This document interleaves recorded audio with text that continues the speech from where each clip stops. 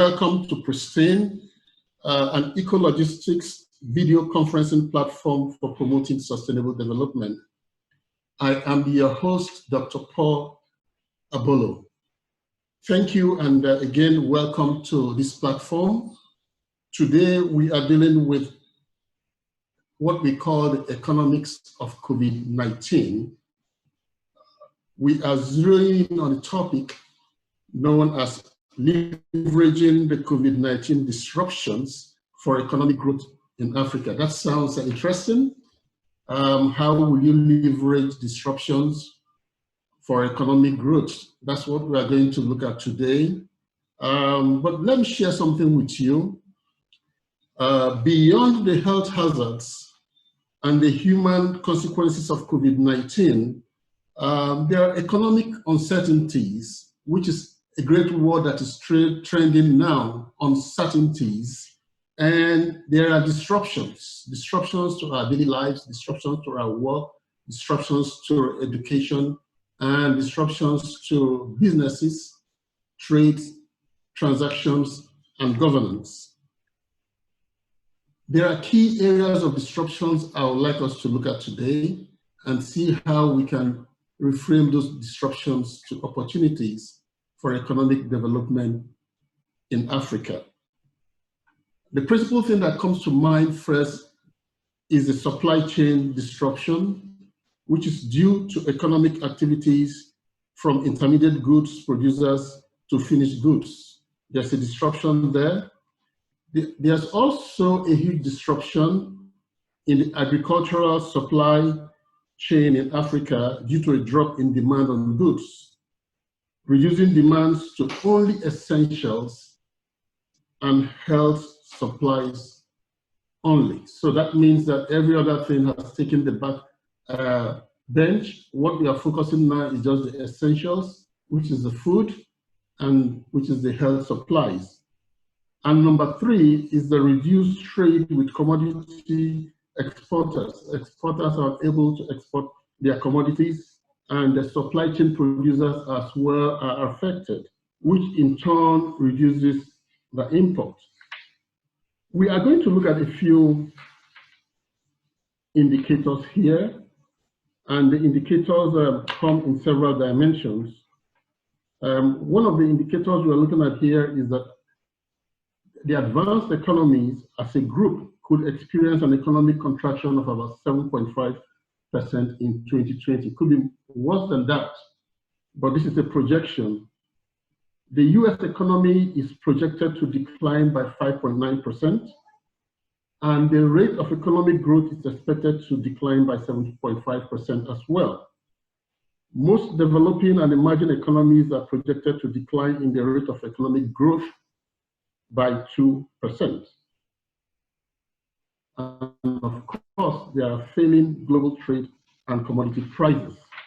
So today from Africa, we are going to look at several disruptions. We are going to look at how we are going to again reframe those disruptions to opportunities for economic growth in Africa. We are going to ask ourselves a few questions today, and we're going to attempt to answer the questions. And in the process of answering the questions, we will get the strategy on how we are going to convert the challenges of COVID-19 to opportunities for economic growth in Africa. Number one question: how can Africa reorganize its trade negotiations in light of these disruptions? How can we reorganize our trade negotiations? So now there's an imbalance caused by the disruption. We need to look at how we need to renegotiate our loans, renegotiate our business transactions.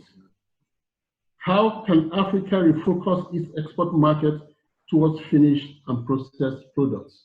We need to also think in a different light now. How are we going to refocus our export lines? Number three, how can Africa expand the markets and become the market for Europe and for USA as they recover from the devastating impact of COVID-19, hoping that the impact in Africa won't be as severe as we are observing in Europe and the USA.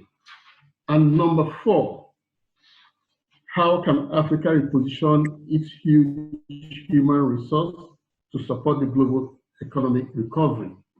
With us here today to discuss these issues are distinguished personalities from different walks of life and from different parts of the world. The number 1 person that we have here on our list is somebody who describes himself as not being born in Africa, but Africa was born in him. I'm talking of no other person but Ambassador Jerome Ringo, who happens to be the chairman of Zoetic Global USA and also the Goodwill ambassador to the African Union for Trade and Investment for the whole of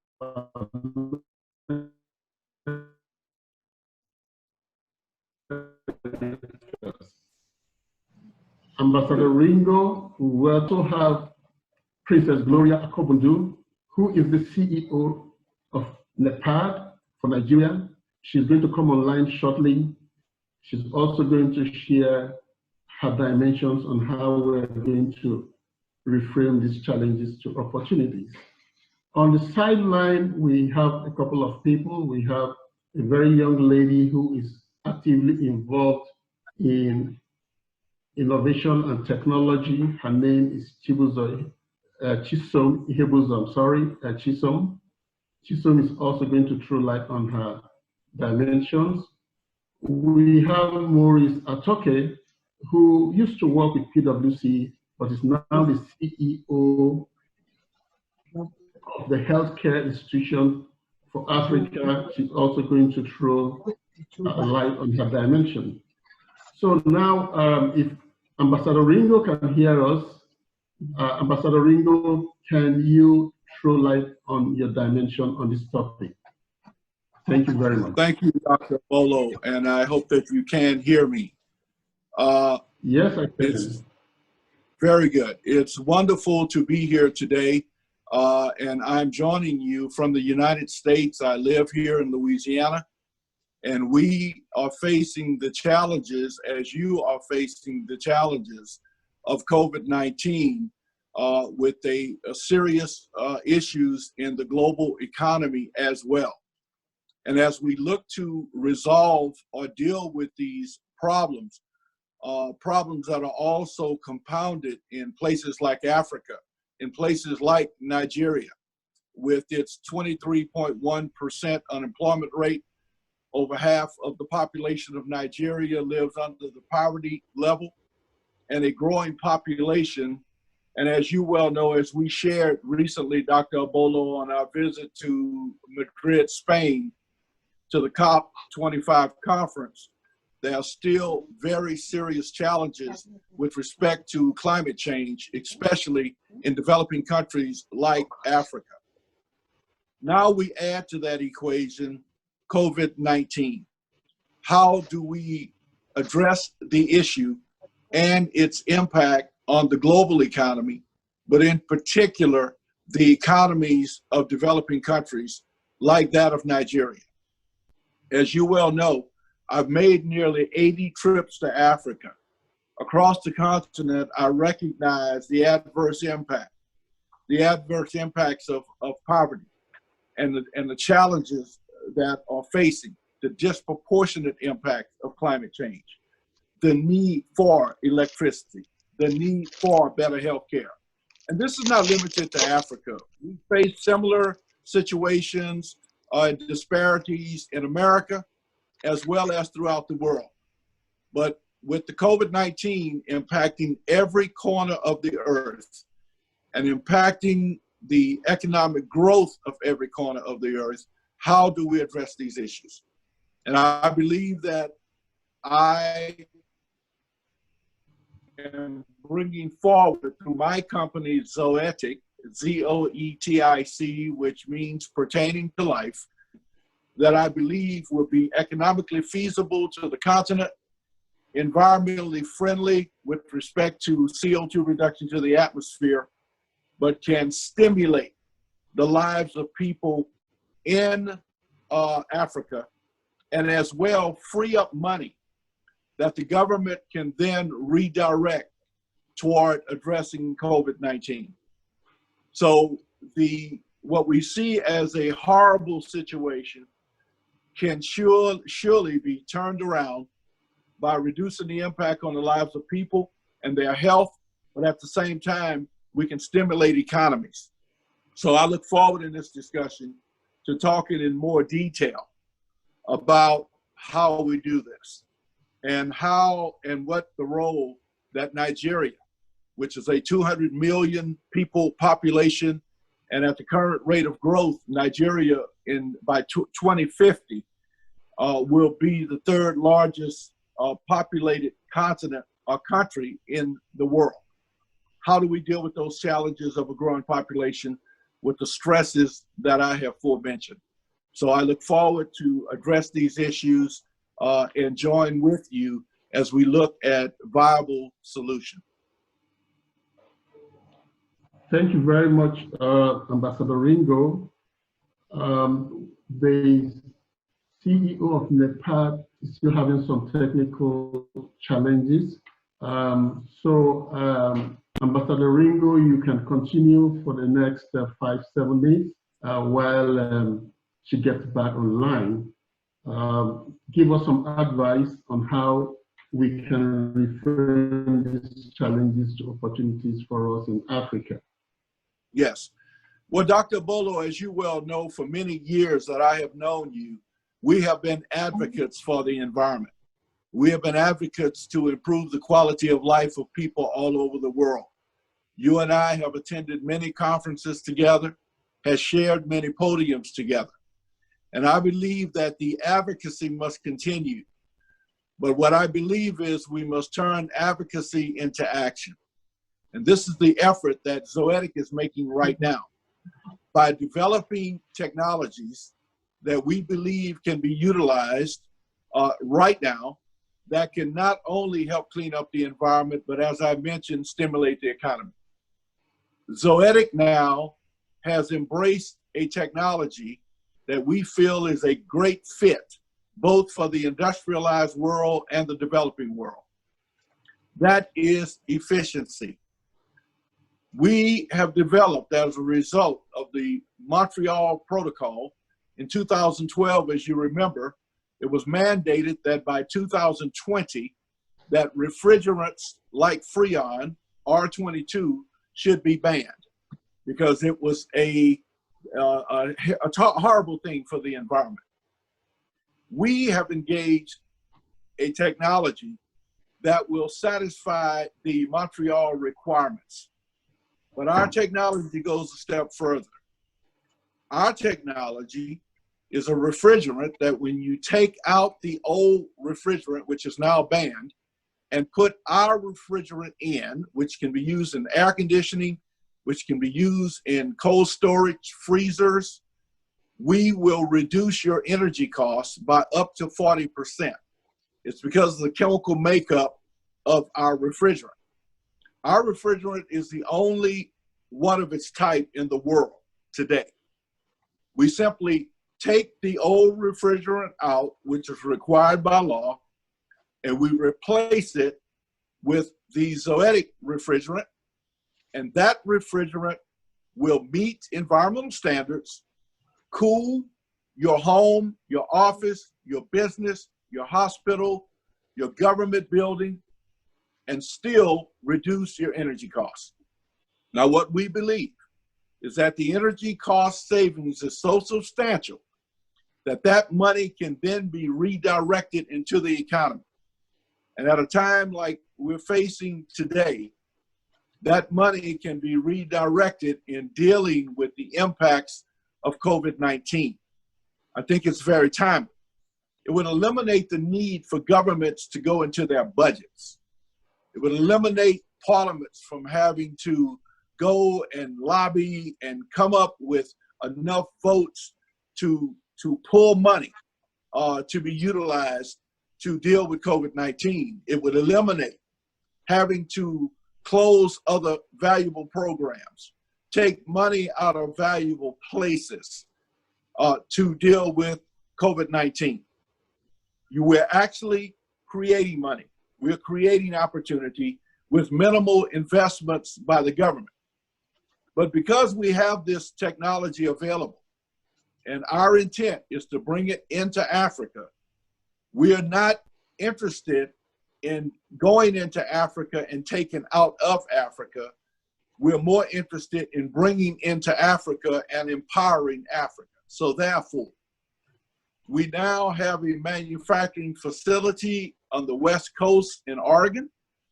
We are looking at expanding those facilities in different locations throughout the world and expanding those manufacturing facilities in Africa so that Africa, Nigeria, can not only be a manufacturer and producer of the product, but can net export the product to where Africa can provide to the world the needed refrigerations with respect to cooling and of course to cold storage. Now the cold storage aspect is very important. Recognizing that 80% of the farmers in Nigeria are small farmers, and recognizing that 1/3 of the crop that they produce spoil because of a lack of refrigeration.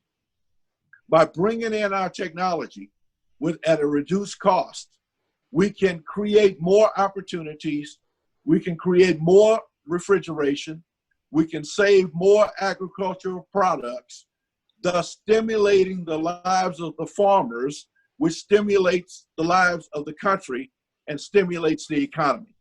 Africa becomes a powerhouse in meeting the needs of Africans throughout the continent.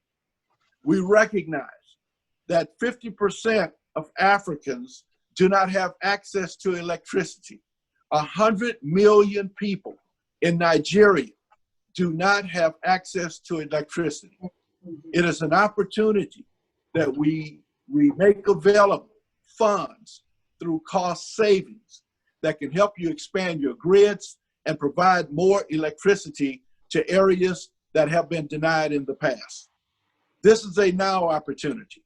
We are now opening up that opportunity as well for Nigerian businessmen to become a vested part of this endeavor. We want Nigeria and Africa to take ownership of its own destiny and not just totally be dependent on outside forces to come in, dictate, and control your destiny. We want to help. As a member of the diaspora, as a descendant of Africa, I take lots of pride and am very committed to doing everything that I can to provide technologies to the continent that the continent can continue to develop, to manufacture, to utilize within the continent, and to eventually export outside the continent. Because of the recent signing of the Continental Free Trade Agreement back in March 2018 in Rwanda, of which I attended that signing, I think it is critically important that we take advantage of the African Union's efforts and its opportunity to connect the nations as one, to improve trade nation to nation, country to country within the continent, which will then make Africa a stronger continent as a whole and a stronger player in the world market. We at Zoetic are committed to contributing to that effort, and we are bringing the technology that we believe is a game changer at a time when you need it most. We look forward to our participation in this endeavor. We look forward to helping to stimulate and grow the great country of Nigeria and the great continent of Africa. Thank you for the opportunity to share this with you, and we look forward to further discussion. Thank you very much, Ambassador Ringo. I see you touched on a couple of things here. You addressed the next issue I was going to ask you about, processing. We have a huge problem with post-harvest loss in Nigeria, and because we do not have the right equipment to process or to even preserve, we will have an issue. So now we're looking at the 3 Ps. 1, preservation, 2, processing, and 3, production.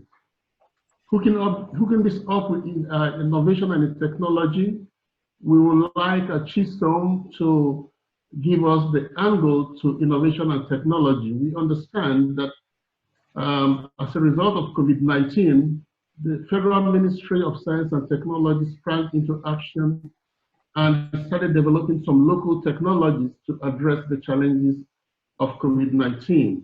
Chisom, can you throw more light on that and tell us how we can adapt or create local-made technology to deal with the impacts of COVID-19?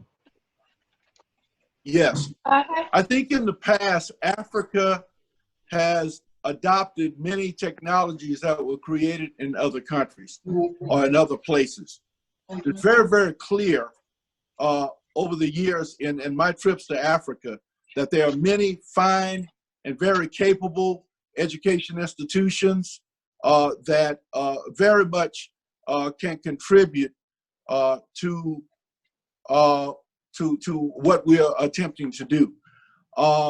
Africa provides the resources that we need to train people to manufacture, to the research, to develop new technologies, to where Africa, instead of adopting technologies, can offer those new technologies to the globe. I think that introduction of technologies into Africa, but then creating a mechanism to where they can be further researched and developed on the continent is a must. And we want to create those opportunities as best we can. Beautiful. Chisom, let's hear your dimension on this. Hi, good evening, everyone. Dr. Bolo, thank you for having me. So my name is Chisom Wankwo, and I'm the desk officer for the Nigerian Cleantech Innovation Program, a flagship program of the Federal Ministry of Science and Technology. And I work for the Environmental Sciences and Technology Department. So basically, before the lockdown and before COVID-19, my ministry had actually been working. We just actually concluded the innovation. We had a Technology and Innovation Expo where we brought the Nigerian innovators and the technology people together just before the lockdown, and we were able to, our work, our focus now is to bring the local technologies to the forefront. So we're focusing on bringing the people that can actually make in Nigeria, for Nigeria, in Nigeria. So that's our focus now. And just before the lockdown, we had actually started working on the Nigerian methanol fuel production policy. We were focusing on, getting the gas flaring and converting into methanol and using that to fuel our cars just before the fuel and all of that fell to almost ₦0 per barrel. So basically, our work in the ministry now is focusing on looking for local technologies, just like Dr. Jerome said.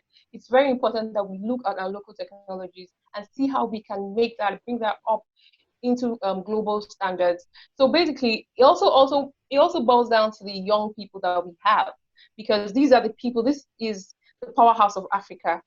According to UN DESA in 2012, they said that by 2000, half of the global young people in the world will be Africans. So this is our power. This is where we have the opportunity to make a difference.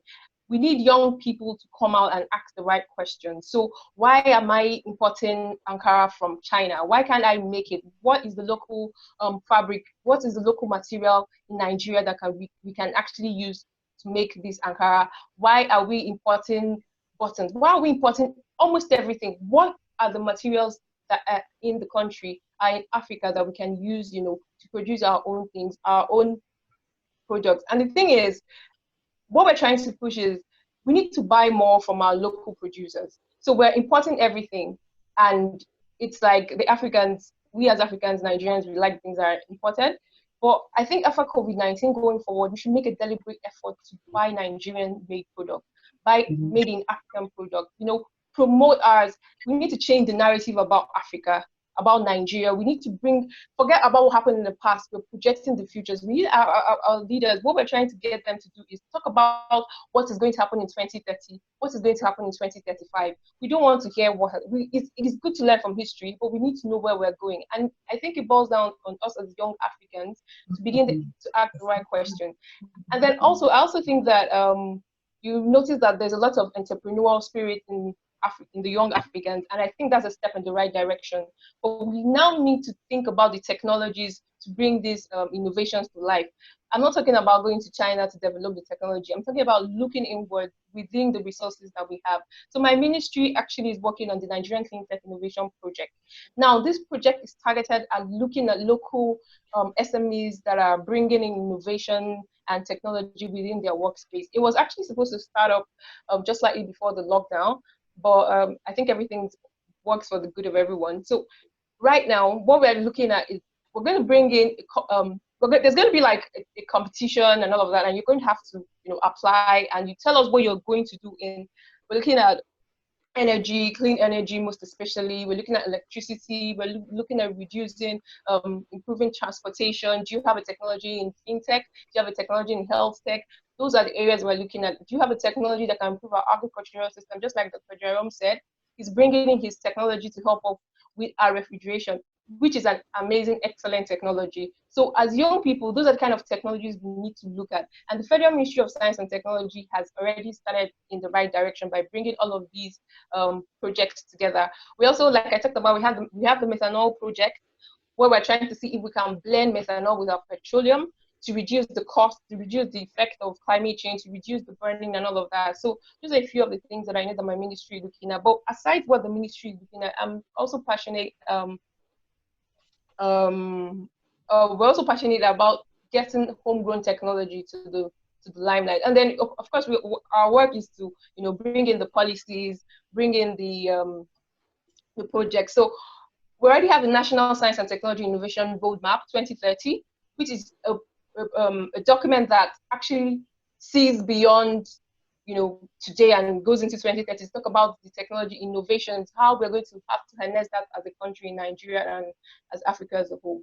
So basically, yes, for us at the ministry, our work is to think local, produce local, and of course, export globally. Yeah, thank you. Thank you very much, Chisom. That was quite encouraging, and we need to look at homegrown technology. I need to share something with you, and I'm sure we know it. We need to know that trade is playing a significant role in spreading the economic effects of COVID-19. And we need to also know that the pandemic is having a visible impact on the global economic growth. However, there is some worrying in certain cycles, and I will quote from an article, and the article says, China's emergence as a global economic actor marks a significant shift from previous practices in global health incidents. China's growth, in combination with globalization and the interconnected nature of economics through capital flows, supply chains, and foreign investments, magnify the cost of containing the spread of the virus, increasing the economic impact of the virus on nations. I began to think very deep on quote about this quote, and it brings us the fact that we need to reorganize our trade. We need to reorganize our focus. We need to reorganize our needs. As a matter of fact, COVID-19 has shown us that we have learned a lot to do without so many things.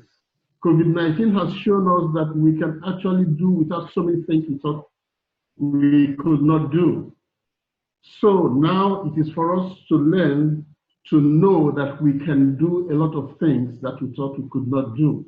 Thinking about that, I will need to yield the ground to Ambassador Ringo to throw in some light on how we can get the required support from the US to be able to do the things that we now know that we can do.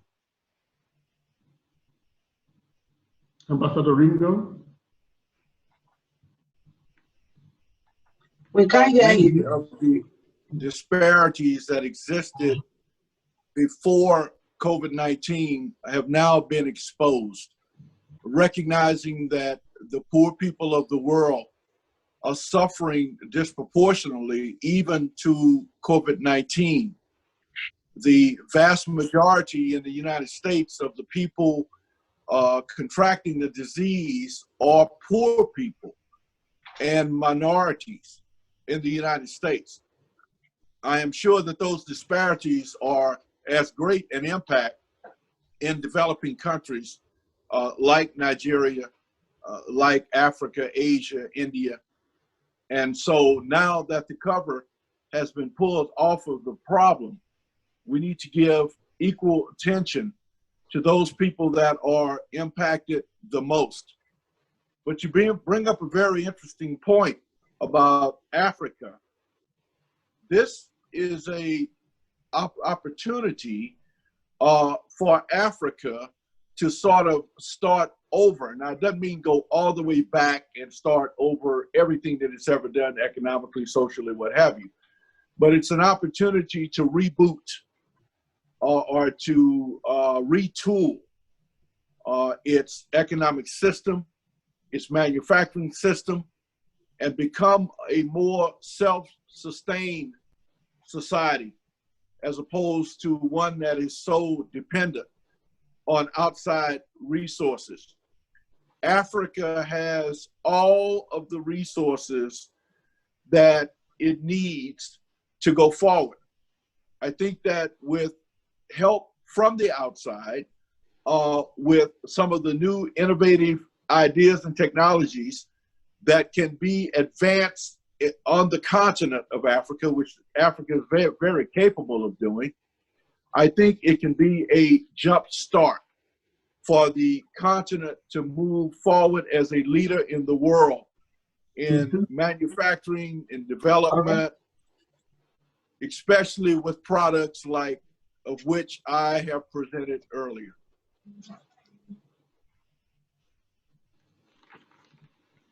Yeah. Beautiful. Thank you so much, Ambassador Ringo. Do we have any questions? We're going to take a few questions now. Unfortunately, we were unable to get to Princess Gloria. Dr. Paul, Princess Gloria, can you hear us? Yes, I can hear you very well. Okay. Okay, great. Your video is not working, but it's okay. We would like to hear from you. Thank you very much for the opportunity, Dr. Paul. The system is actually picking me, but it's telling me mute. My video is mute. Maybe it's from the secretariat over there. I don't know. I've also tried to put it up on my laptop, but whichever way, let's just move forward. We can do all this some other time.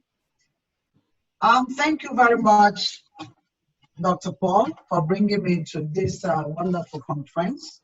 Very meaningful and strategic at this point in time. And thank you, Ambassador Ringo. I've listened to you carefully. I think you also have had some points there. And then Mrs. Chisom, that was brilliant of you, of what the ministry is doing. I'm so impressed. Okay, coming to us, South African Union Development Agency, AUDA NEPAD. NEPAD is New Partnership for Africa's Development. My name is Princess Gloria Akobundu. I'm the current coordinator, national coordinator, and the Chief Executive Officer of New Partnership for Africa's Development Nigeria, now known as AUDA NEPAD, African Union Development Agency.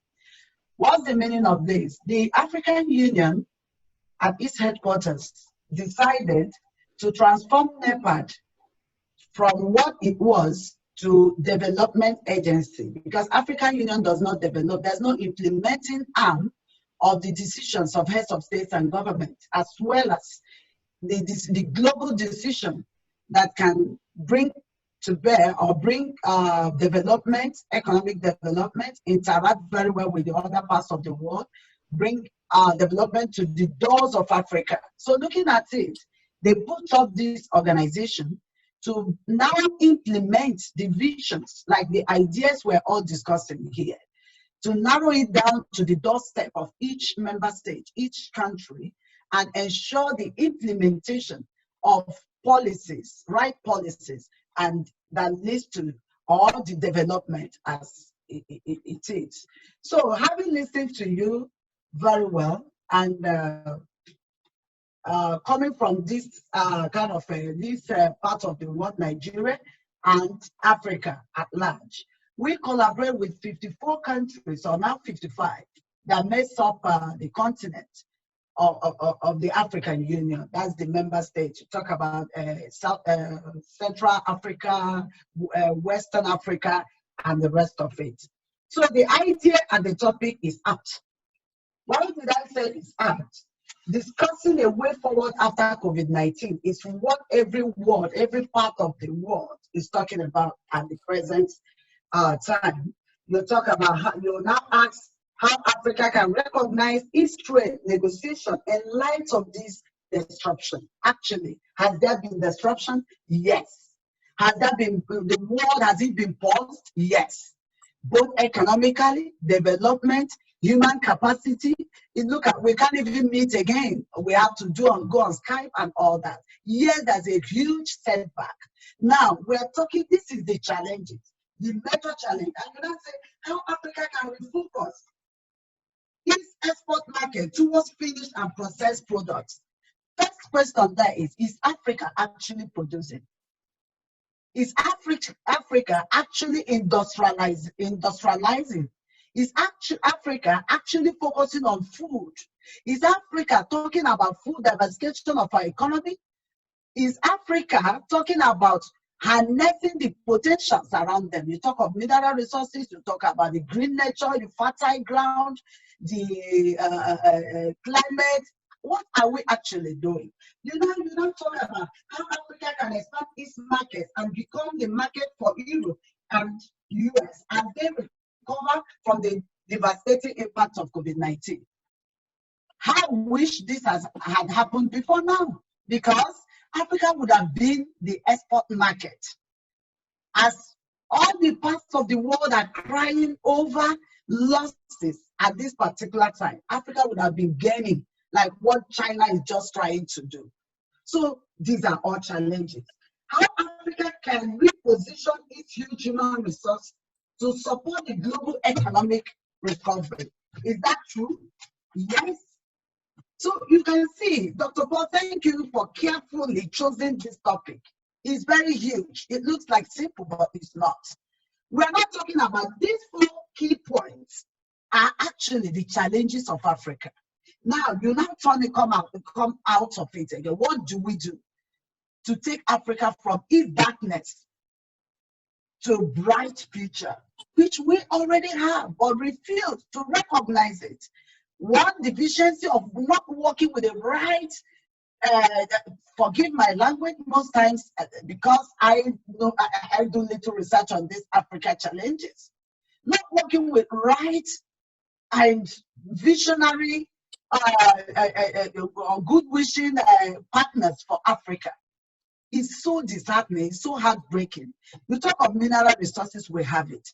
You talk of blessings, huge blessings from God, like Dr. Ringo said, we have it. Now, what do? We need people with vision, with good dream, technology-wise, and good partners to come together to harness the natural resources God has given to Africa, to make it viable for 4 or 5 key points. You talk of power, you talk of industrialization, you talk of manufacturing, you talk of education, you talk of infrastructure, you talk of food, which is agriculture, you talk of human capital development, you talk of technology, and you talk of as a food sufficiency. What do we do? Already these things are there. So I identify, I said, key areas for the future or for development or for sustainable development in Africa. What are we talking about? You mentioned it, Dr. Ringo. Power is the main problem and still untapped in Africa. Because if we don't have the power, how do we even go into all this we're talking about? What mode or mechanism are we going to use? Are we going to depend on diesel and petrol power supply system? Or are we now going to look at other possible means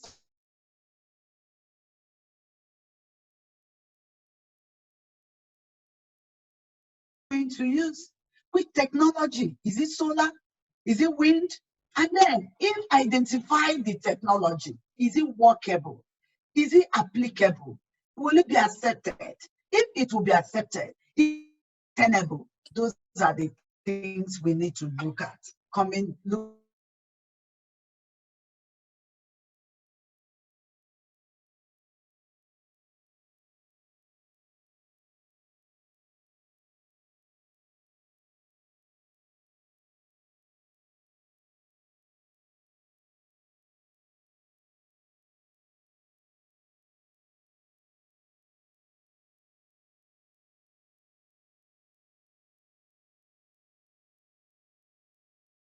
We believe all manner of training, capacity building, and all that. Can we now identify the skill, who is to be trained and who is trainable? On what area are you training? What mechanic, what type of technology do we really want to harness? I don't believe that we'll start with all at a time. No. Do we identify the key area that we need to lock or key into and make it viable? Make it acceptable? Yes, no doubt. The capacity, the human resources there, but not harnessed, very much untapped. And these are the areas to go into to get out of these COVID-19 challenges. Then you talk of, when you talk of food, I said food processing and storage. When you talk of electricity, without electricity, there's no storage. Look at the perishable food. When you go to markets or the farmers, they bring out their food. If they can't meet up with the daily demand of the people, they will also not take it home. Because if you take it home, they perish. Perishable foods and others.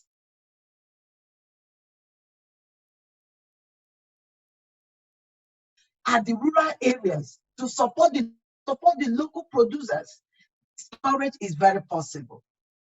Packaging is very possible. Processing is very possible. So, Ambassador Ringo, this is area of challenges, and this is area of investment, and this is area that can sustain the development and cushion the effect of COVID-19. You talk of industrialization. You have cottage industries. You have production. You have processing, you have packaging, like Chisom said, making local fabrics and all that. You need power. Without power, it becomes very much expensive. And at the end of the day, it becomes like a challenge again to this younger generation. So that is where to go. If we can say industrialization in Africa, what we are going to put as cottage industries, let's not even look at the big holistic approach of it and all that. Let's start with the medium industry, the cottage industries, addressing the local community challenges. That's how to take away poverty from Africa. Engaging the youth from the rural angle, and then liaising or collaborating or partnership with the multinationals, so that we take it step by step. If we set up the multinationals and we don't have the local people sorted out, it still has not addressed the challenges of Africa. For example, look at China. Today, China is surviving with the number of citizens, up to how many billion people in China, because every family has a product. There's no family in China that has no product. That is cottage industries.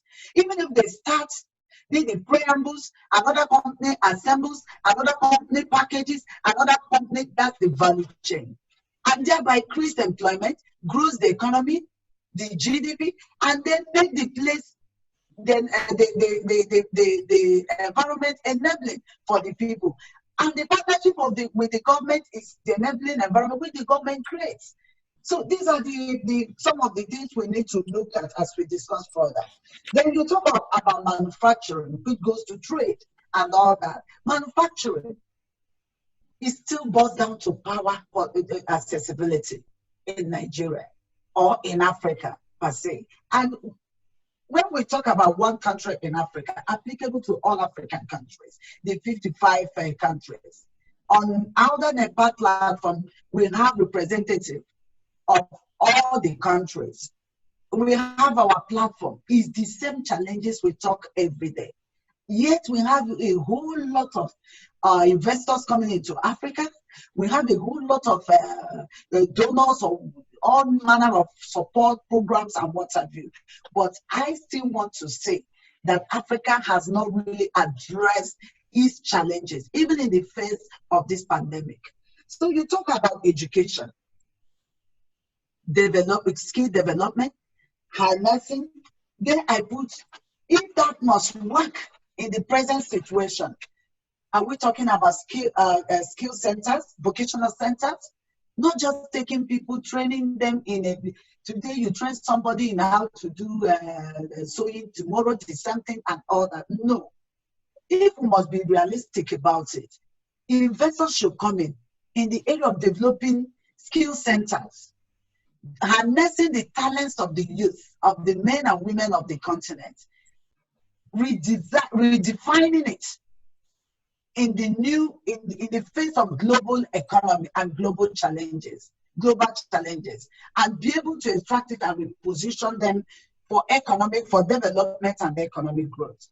You now talk about human capital development, still the same thing.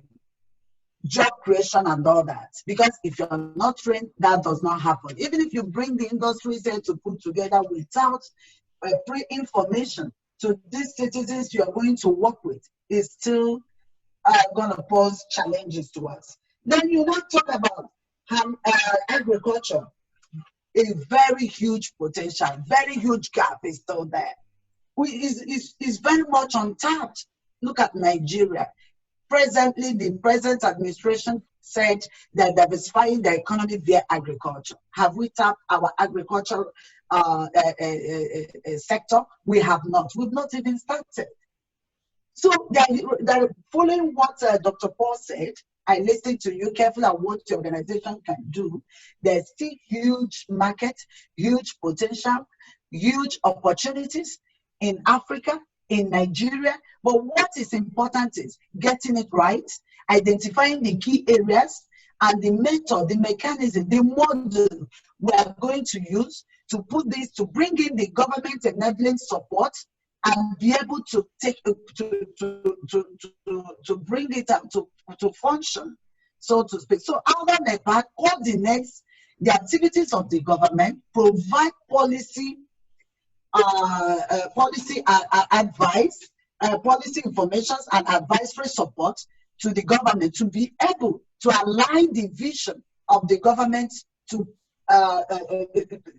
the challenges like we're discussing of the day, and be able to make it productive and efficient to the people. So looking at it, you see that we still have a whole long way to go, just a preamble for us to see from the four key agenda we're discussing and what I've outlined that can be part of discussion to look at the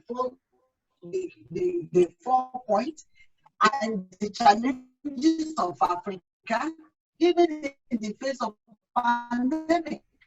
Before and now we have if I may use this language chaos, because if not put together, if not addressed, if not addressed properly, it's going to be a very serious challenge. America is facing the challenge, even with the technology and everything they have. It is still facing. Africa is still a developing country.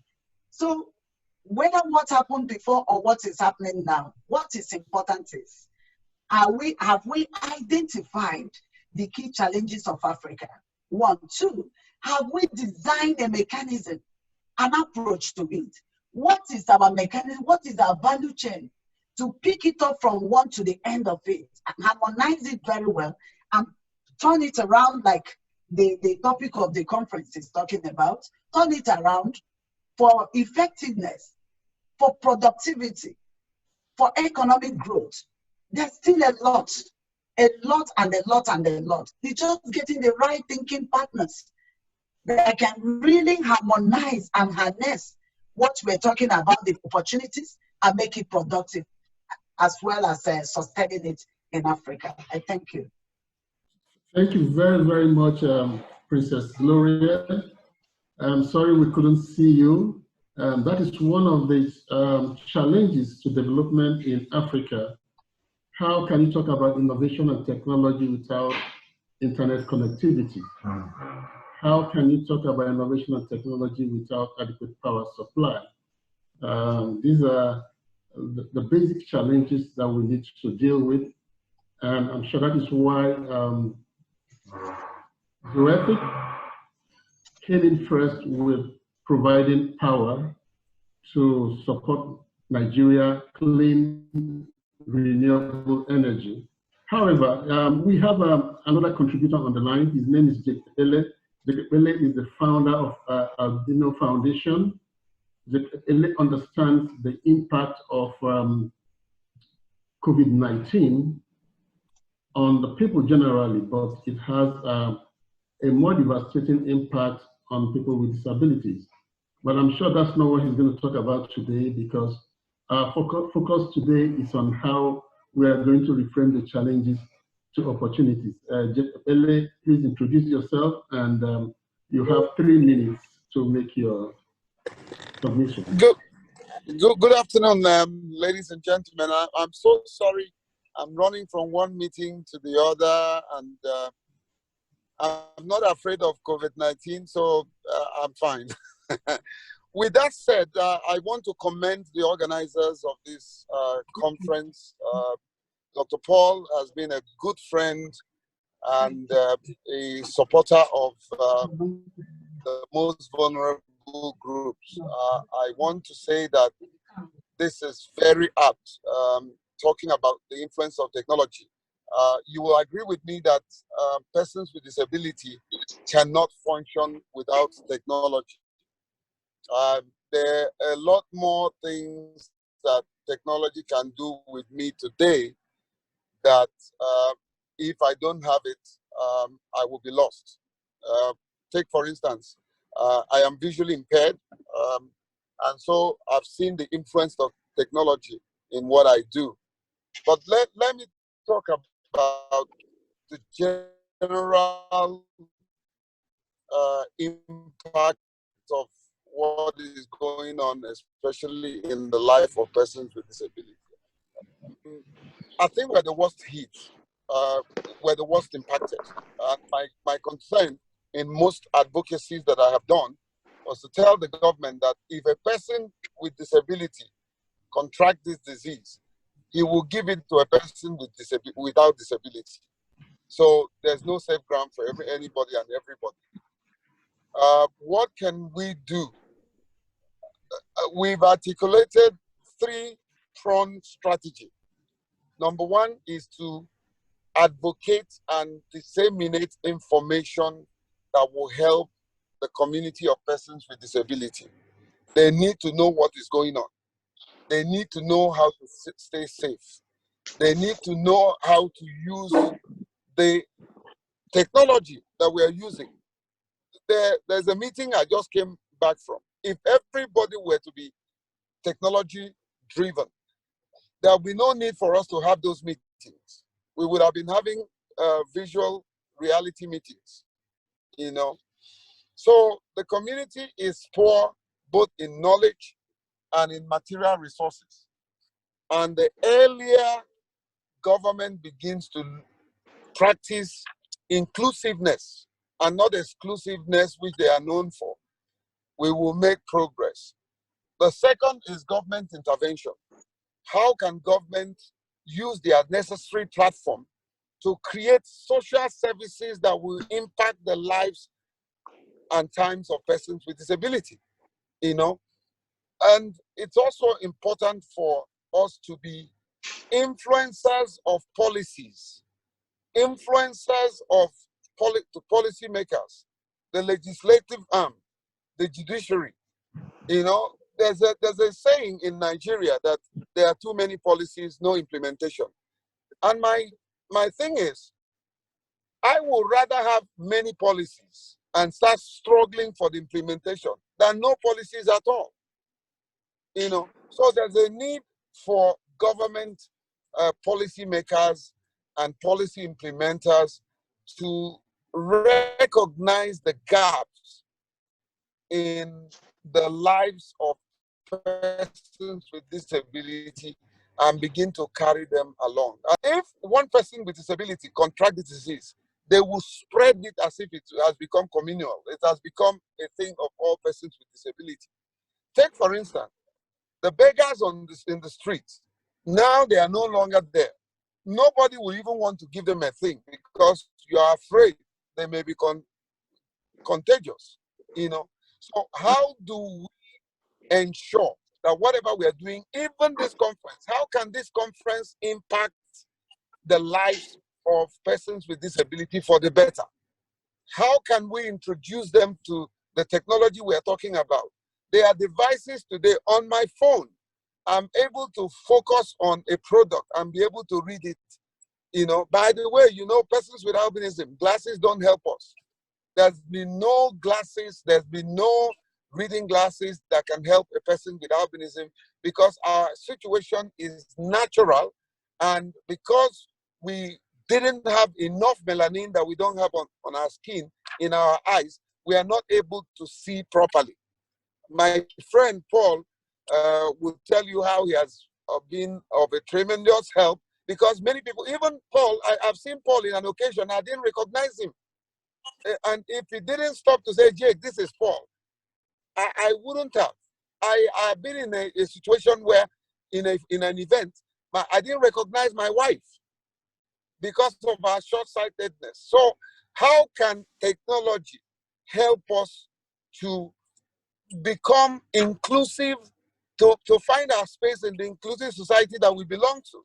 You know, I think this conference should also direct to focus on what can be done, even at our own level, to impact this community that is underserved. I want to conclude because I don't want to violate the 3 minutes that I'm given so that Paul can give me more time.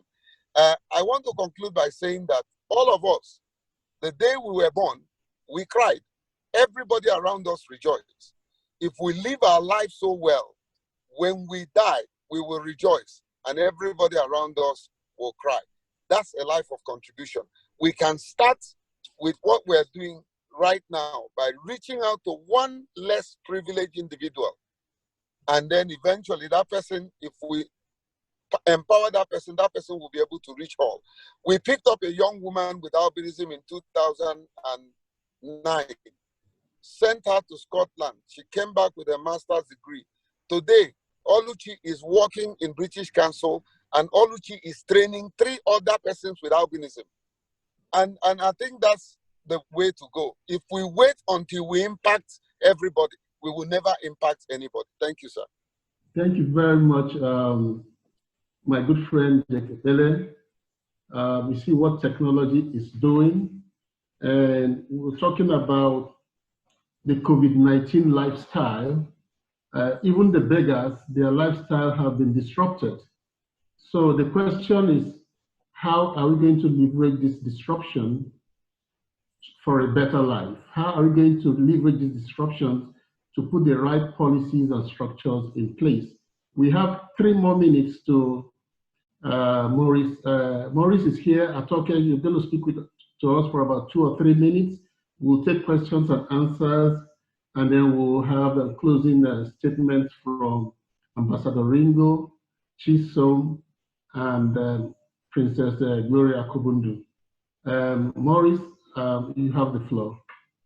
Please introduce Thank you so much, Dr. Abolo, and thank you all for having me. So, I mean, what I would like to start with is first and foremost to to remind us to consider that we have a lifetime opportunity in front of us in the health at our faces. I mean, today an average man on the street recognizes to a certain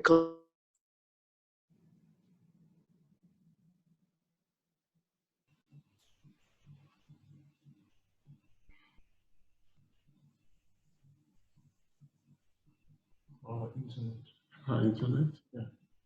Okay. Again, what this means is that, can you hear me?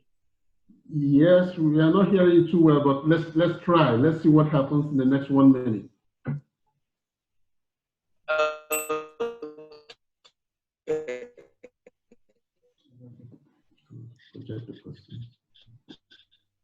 Again, what this, there will be than it's ever been in our lifetime.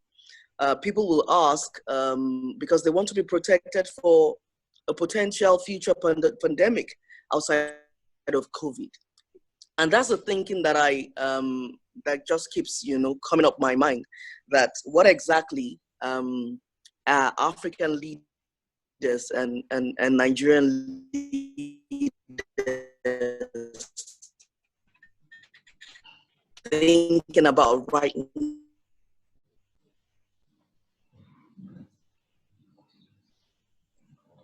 System of Nigeria and Africa generally, and those things that come to my mind. Time in a long while, the extent at which private sector decided to go all out. I mean, without being supported, the COVID-19 not spreading across Nigeria. It goes to say that we are losing you. We can hear you very well. Area. Maurice, we can hear you very well. Yes. We are losing you. Oh, what a shame. I can hear you. Yeah, so you can't hear me? No, it keeps breaking. Yes, we'll Sorry get back about that. Yes, we'll get back to you. Let's take a few questions real quick, and then we'll get back to you. We have a few questions to take. Okay, that's fine. Yes, so Maurice, please stay on the line. The first question is from Mrs. Rose S.D. Gaia. This is her question. She said, African countries have advantage of hard working and enterprising women that can contribute significantly to the development of the continent, but they are excluded from governance, leadership, politics, etc., as a result of patriarchal tendencies. How can you support the process of women inclusion to be able to fit into the economic space through empowerment with knowledge and skills? I don't know who is going to give a shot at this question, but in our last conference held last week, Thursday, it was centered on the women and the girl child. I wish she was there. She could have gotten answers to this. Let's look at the second question. This question is directed to Dr. Ringo. Ambassador Ringo, the question is, Dr. Ringo is correct that Africa is laden with a lot of resources, and much as it will be possible to harness these resources, so the primary hurdle I see is political will. How do you stimulate the political will to pull the resources together and get the leaders to move with it? Ambassador Ringo will take this question right now, and then we'll take a few more questions and see if we can get back to Maurice as we wind down this conference. Ambassador Ringo, can we get your response to this question? The question is, yes, how do you stimulate the political will to pull the resources together and get the leaders to move with it? Yes, Dr. Bolo, can you still hear me? Yes, we can hear you very well. Okay, I have lost the video part of this. I can't see you all anymore, but let me share with this question as well as the comments that were made earlier. The way I believe to fully engage the political arm of the continent and the country to go forward is to engage both the public and the private sector to make sure that our efforts are not limited to just government, but also encouraging the participation of the private sector, businesses that already exist, universities that are already in place to provide us with a pool of quality candidates for technical positions, to utilize and advance communication from one area to another, from one state to another, not just in the public sector, but in the private sector as well, to where we take full advantage of all resources throughout the country and the continent, that we can come together to meet a necessary need.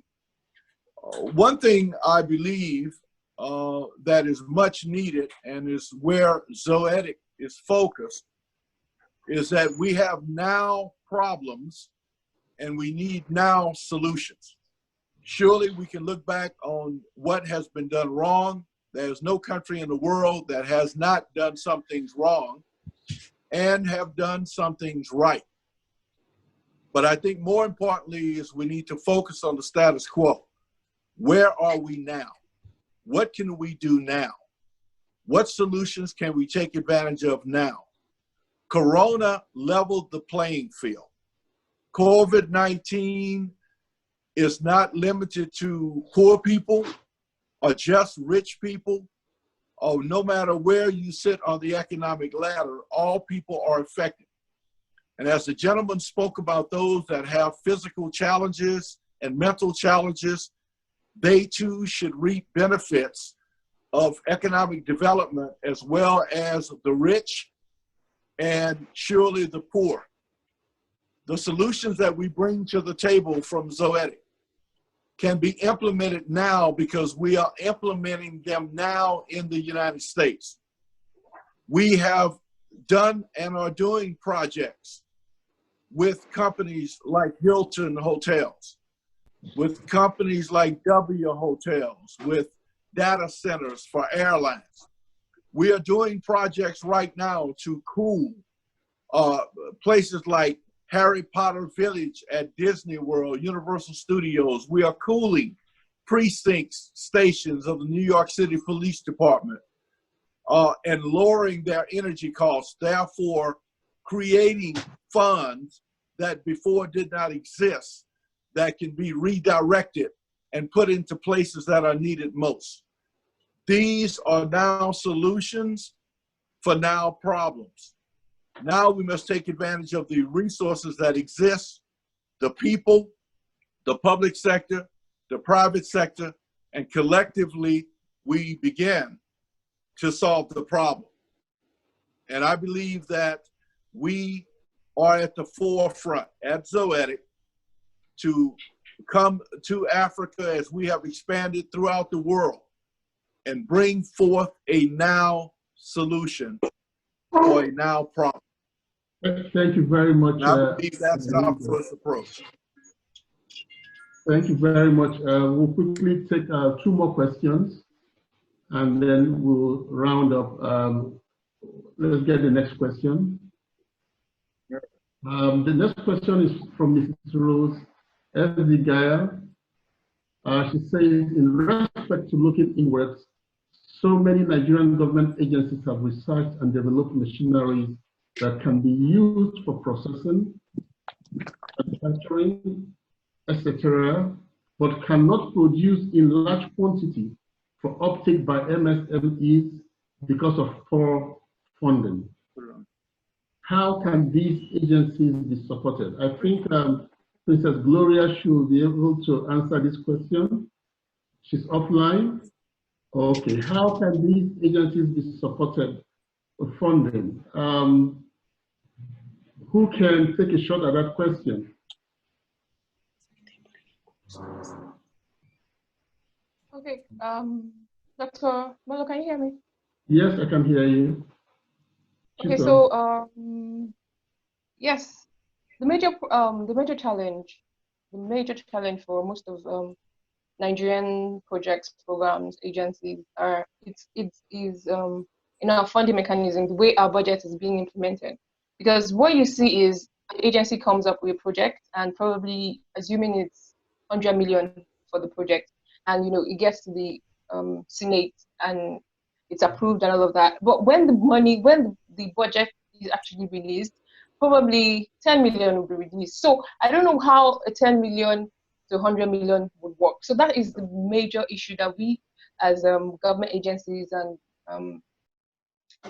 have the ability for the federal the government to actually give the funding for a project at the right time. So that is the major issue. So if agencies, ministries, departments can actually get the funding that they have applied or they have asked for at the right time, we will be able to implement most of the projects. But you see where a 2019 budget is being implemented in January of in May of 2020. So it's just not, it doesn't correlate. So that's a big challenge for in the government sector. So what we're doing is to look at other ways of funding, look outside of the box, try to, get partners, international agencies to partner, and local companies and all of that. But the greatest thing when it comes to funding from the government is the way the monetary allocations are being released.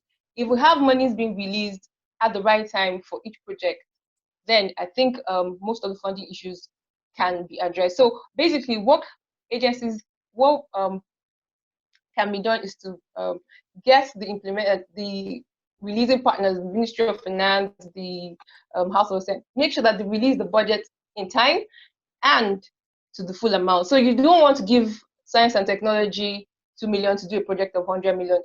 Even if we started, it would look as if we did not do anything because the money wasn't there. So mostly the problem that we have is that the funding doesn't come at the right time. So we should look at getting the funding at the right time, at the right place, and then we can help all of those other SMEs, grow their products and all of that. So basically, that's the major challenge for us in the government sector. Thank you very much, Chisom. We'll take the last question and then we'll wrap up. Can we look at the last question?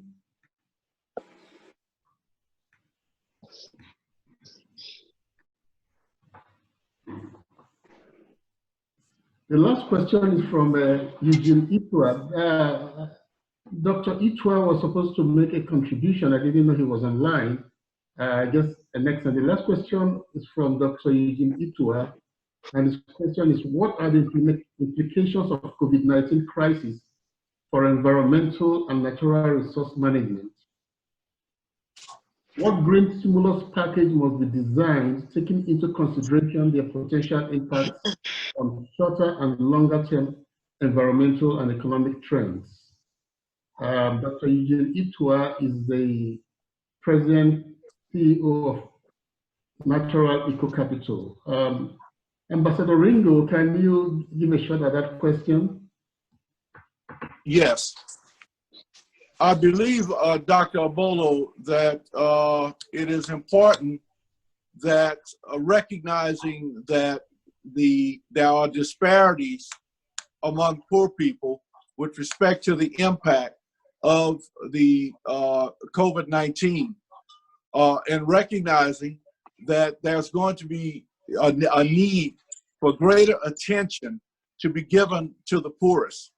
Also recognizing that parallel to the impacts of COVID-19, as I mentioned earlier, you have the impacts of climate and the adverse environmental impacts due to CO2 discharges.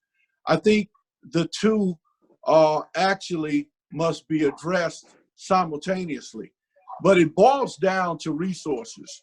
What resources are available to deal with the environment? What resources are available to deal with COVID-19? And with the challenges, budget challenges that governments are facing in Africa and throughout the world, there must be a mechanism of creating money or making money available that you can address a broad range of issues that can begin to change the landscape and the challenges that we're facing in these countries. So the whole idea of the technology of which I have presented is to be a cost savings, and that money can be redirected. Where that money is redirected is up to the people of the country, the governments, and those people that represent the many constituencies of places like Nigeria. Do you want that money to be divided up to where a portion of it goes toward addressing climate change issues, or a portion of it is addressed to COVID-19, or is a portion of it used for economic development? That is the decision of the country. But the first thing is to make the funds available. And as opposed to having to go through the bureaucracy of finding money, finding grants, hoping to get support from other countries, why not put in technologies that will save substantially on the cost of energy, existing energy within your community, that will make money available that you would normally spend. You no longer would have to spend that money because it is a cost savings. Money that you can redirect toward the very concerns that have been expressed. This is a now solution at a problem that exists right now at a time that we need it most.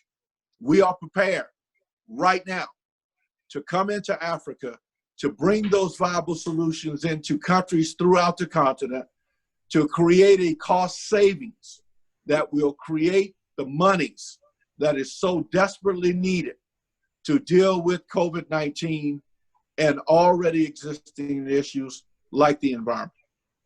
Thank you. Thank you very much, Ambassador Ringo. We are rounding up now, and we are going to get closing statements from Maurice, Jekele, Chisom, and then finally Dr. Ringo, and then we'll wrap this up. You have 90 seconds to give your closing statements. Maurice, let's see if we can get you back online. All right, thank you, Dr. Abolo. So yeah, I think I stopped at the point where I was trying to say that what private sector was doing, and it will be nice and interesting and maybe valuable if all of us play a role of some kind of sensitivity, some kind of sensitizing the public and all stakeholders around accountability. Again, what I see and what I would, like to end all of this say for my own finally is to kind of get us to recall that there's a large and a huge reactionary process on COVID going on, and we see the best of private sector, almost the best of private sector going on right now. But what we don't see is what happens afterwards. In other words, there's been a lot of efforts to, donate money and to support, to get COVID out of, the entire populace, both at continent level and at country level. But again, it's important that beyond COVID, there are enough people asking the right questions to get both the private and the public sector to account for those contributions and donations that were intended for COVID, but perhaps were not expended on COVID. So I think it will be important for every one of us to have that, to take that call and to ask the questions at every point in time we have the opportunity to. Otherwise, it can be glossed over, actually, because what happens is that private sector, who's done a lot of all of these donations to support here in Nigeria, they go back to do some kind of fantastic analysis about impact, and they have fancy documents that they can boastfully showcase because they've donated and they've contributed. But these donations and these contributions don't really impact the sector the way that it ought to impact the sector. It doesn't close the gaps. So it's important that there's a sensitization out there for all stakeholders to follow through all of this funding, all of these contributions, and all of this support that is being advanced towards the governments of respective countries in Africa. That's from me. I don't think I used more than 90 seconds.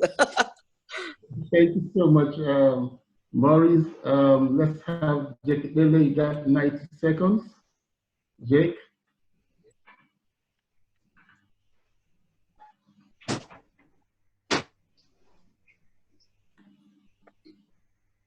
Is Jake there? All right. Okay. Yes, everybody well spoken, but there's an aspect that gives me concern when we talk about handing money to people. The greatest mistake anyone can make is to give money to somebody who is ignorant, who is less prepared, who doesn't have the capacity, And most agencies in Nigeria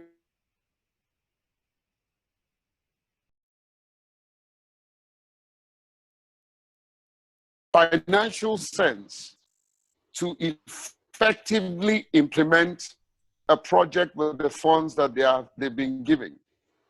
I'm not saying it in general terms. There are organizations with wonderful capacities, but then while we are putting money into the hands of people, let us ensure that they have the capacity to implement. We implement the project for the European Union, and there were certain projects that they wanted us to implement, capacity to do that. It is disastrous for you to accept what you don't have capacity for. At the end of the day, you will find out that you're not able to implement. It's best to promise less and perform more. Otherwise, we'll keep having problems. I think I want to zero in on capacities building, capacity development, capacity deployment of our people. Money is put in your hand. You'll be able to deliver more than expected. In my community, we've been zeroing in on capacity development. I want more persons with disability to get into political space, but we're also spending time teaching them simple leadership, character development, accountability, taking responsibility there have made us proud. I think we should also be talking about how technology can impact our capacity and make us more effective and efficient. Thank you, sir. Thank you. Thank you, sir. All right, Chisom, 90 minutes, 90 seconds, Chisom, and then we'll have Ambassador Ringo. Okay, so my last words are probably to the young people of Nigeria and Africa, because it's us that that probably has the future after COVID-19 ends. There are a lot of problems. We have a lot of problems, no doubt, and it's on us to find the answers to those problems. It's not on us to, yes, funding is important, but the most important thing is find an answer, and then the money will come. So find a niche problem, find somewhere you can fit. Is it agriculture? Find a way to solve that problem in agriculture. Is it education? Provide us with a solution. I also like to say, as young people, let's come up with our own prototypes. Let's come up with evidence. And so you say you're working in, okay, for instance, I also work with women and children that are internally displaced. That's something I have passion for. So what I do is I train those women in the camps. I go during the weekends, and then we have a in-camp training facility where we train the women. Now the thing is, we have developed a concept.